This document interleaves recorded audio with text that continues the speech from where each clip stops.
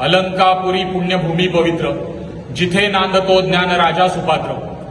3-4 दिवसांपूर्वी पिंपरी चिंचवड महानगरपालिकेने एक प्रारूप आराखडा प्रसिद्ध केलेला आहे व ज्याच्या माध्यमातून मोशी डुडुळगाव हद्दीलगत एक कत्तलखाना प्रस्तावित केलेला आहे। मुळात हा जो कत्तलखाना प्रस्तावित केलेला आहे तो आळंदी तसेच इंद्रायणी नदीच्या हाकेच्या अंतरावर आहे। जर हा कत्तलखाना त्या भागामध्ये झाला तर त्या कत्तलखान्यातनं जे रक्तमिश्रित पाणी आहे ते इंद्रायणी नदीमध्ये जाणार आहे आणि या आळंदीच्या इंद्रायणी नदीच्या तीरावर लाखो वारकरी हे तिथं येत असतात व या इंद्रायणी नदीतलं पाणी हे आपल्या ओंजळीने प्राशन करतात, तिथं स्नान करतात।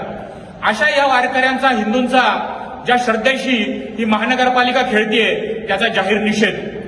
आज अनेक समाजांमध्ये डुक्कर मांस खाण्याची पद्धत आहे, परंतु जर अशी पद्धत असेल तर मुस्लिम लोकवस्तीमध्ये किंवा मुस्लिम धार्मिक स्थळांच्या बाजूला डुक्कर मटण केंद्र ही महानगरपालिका सुरू करू शकते का?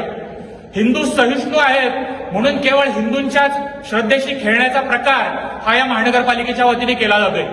जिथे हा कत्तलखाना प्रस्तावित आहे त्या कत्तलखान्याच्या बाजूला स्वामी गोविंददेव गिरीजी महाराज यांनी स्थापन केलेला वेद अभ्यास पाठशाळा आहे।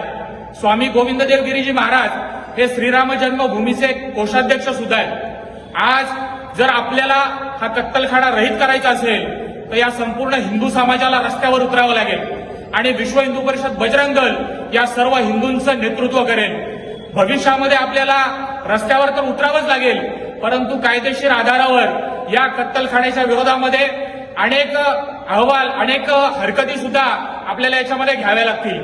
त्याच्यामुळे मी या सर्व हिंदूंना निवेदन करतो, विनंती करतो की आपल्याला या कत्तलखान्याच्या विरोधामध्ये रस्त्यावर उतरावं लागेल व जोपर्यंत हा कत्तलखाना रहित होत नाही आणि हा जो प्रस्तावित आराखडा ज्या अधिकाऱ्यांनी बनवलेला आहे त्यांचं निलंबन जोपर्यंत होत नाही तोपर्यंत हा संघर्ष असा सुरू राहील। जय श्रीराम।